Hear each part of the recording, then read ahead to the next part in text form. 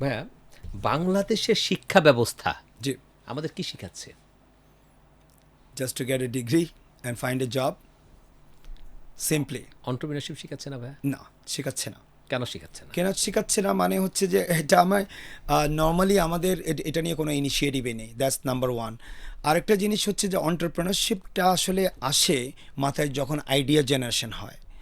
আমরা দেখেন আমাদের বিশ্ববিদ্যালয়ের বেশিরভাগ প্রোগ্রামগুলো টিউটোরিয়াল সেন্টারের মতো, অর্থাৎ আমি একটা ক্লাসে যাব, টিচার একটা নির্দিষ্ট বই ফলো করবেন, জি। আমি প্রিপেয়ার করব, আমার একটা ফাইনাল পরীক্ষা হবে, ওখানে কিছু বড় প্রশ্ন, একটা ছোট প্রশ্ন, ব্যাখ্যা বা এরকম টাইপের।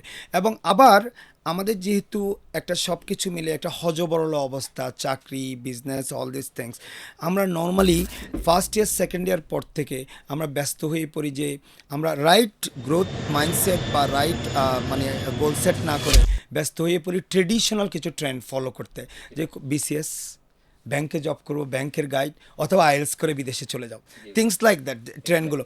তো সুতরাং এগুলো আমাদেরকে বিভিন্নভাবে ডিস্ট্র্যাক্ট করছে। মনে করেন আমি যদি বায়োলজিতে পড়ছি, আমার ডিপার্টমেন্ট যদি এমনভাবে আমাকে টিচ করতো যে আমি গবেষণামুখী হচ্ছি, আইডিয়া জেনারেট করছি, আমি রিসার্চারদের সাথে কাজ করছি, তখন শুধু চাকরি বা ওই বিষয়টা শিখতাম না, হঠাৎ করে আমি একটা কিছু আবিষ্কার করে ফেলতাম। এই আবিষ্কারটা বলতে যে না, এটা বাজারে একটা কিছু ক্রিয়েট করতে পারে। ফলো করুন আমাদের পেজ অথবা সাবস্ক্রাইব করুন আমাদের ইউটিউব চ্যানেল।